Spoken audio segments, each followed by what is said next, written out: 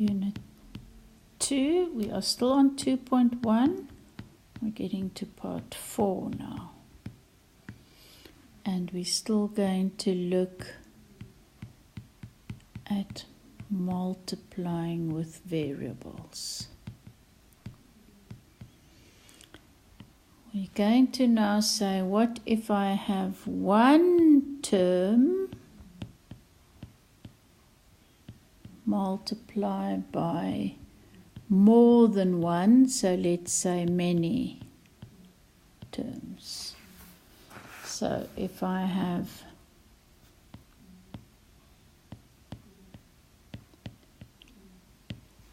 right, please notice the brackets.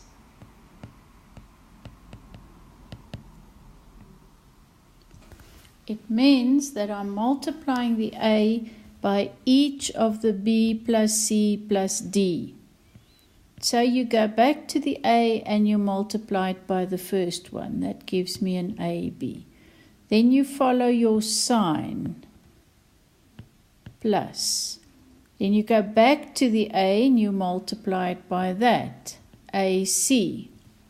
Follow your sign, plus, go back to the A, multiply it by D, AD. I could also have it the other way around, A plus B with a C at the end. Now I would start with the A, multiply by the C. Follow your sign, plus. Then take the B, multiply by C. Okay, remember also that AC and CA mean the same, but we generally prefer to write them in alphabetical order. So we prefer the AC form. Okay, let's look at many terms times many terms.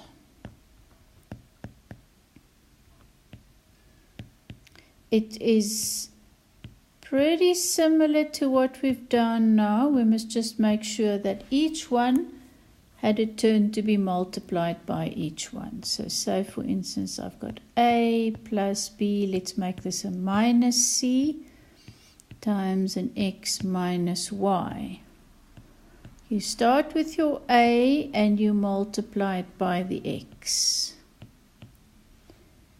Then I'm going to do A times negative Y, so my sign is going to be negative AY.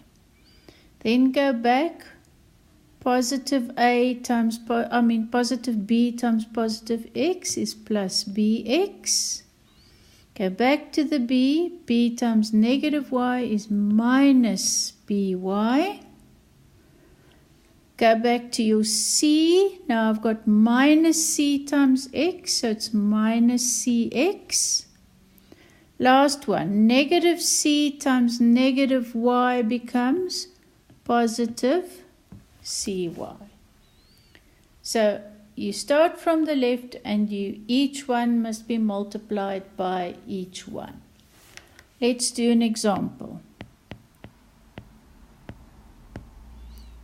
I'm going to incorporate quite a bit in here.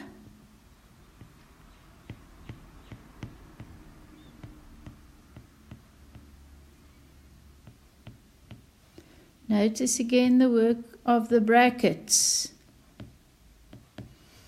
Remember our BEDMAS, you must do the brackets first. I cannot subtract anything from the 10 yet.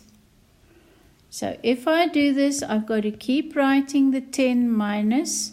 I can't drop all my brackets because everything that I'm getting from this must be multiplied by the negative. So I'm going to keep my outer brackets.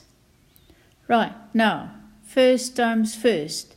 This has an invisible 1. X to the 1 times x squared is x to the 3.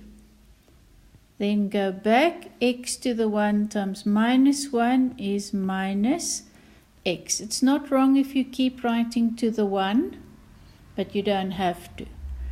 Right, now we've done the x. Go to the plus 3 times x squared is 3x squared.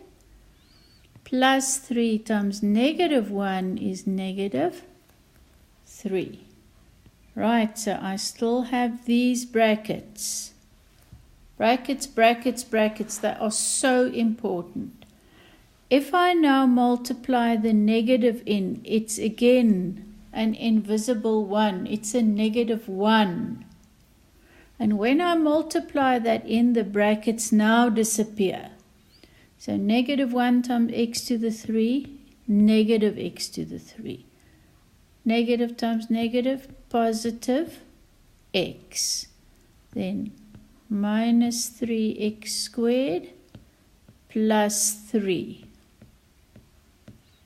Now look for like terms. Are there any terms that I can add? Well, the x's, I have an x and an x squared and an x to the 3. They're all unlike. But I do have a 10 and a plus 3. I can add them. Right, so for our final answer, we're going to write them with the exponents running down. So the first one is negative x to the 3. Remember the sign to the left. Then negative 3x squared. Then plus x, and then the last one is plus 13. Right, one more example. If I give you a plus b brackets squared, that means a plus b times a plus b. Right, follow your rule. Let's go on here. A times a squared, because really they're all to the power of 1 now, plus a times b is ab.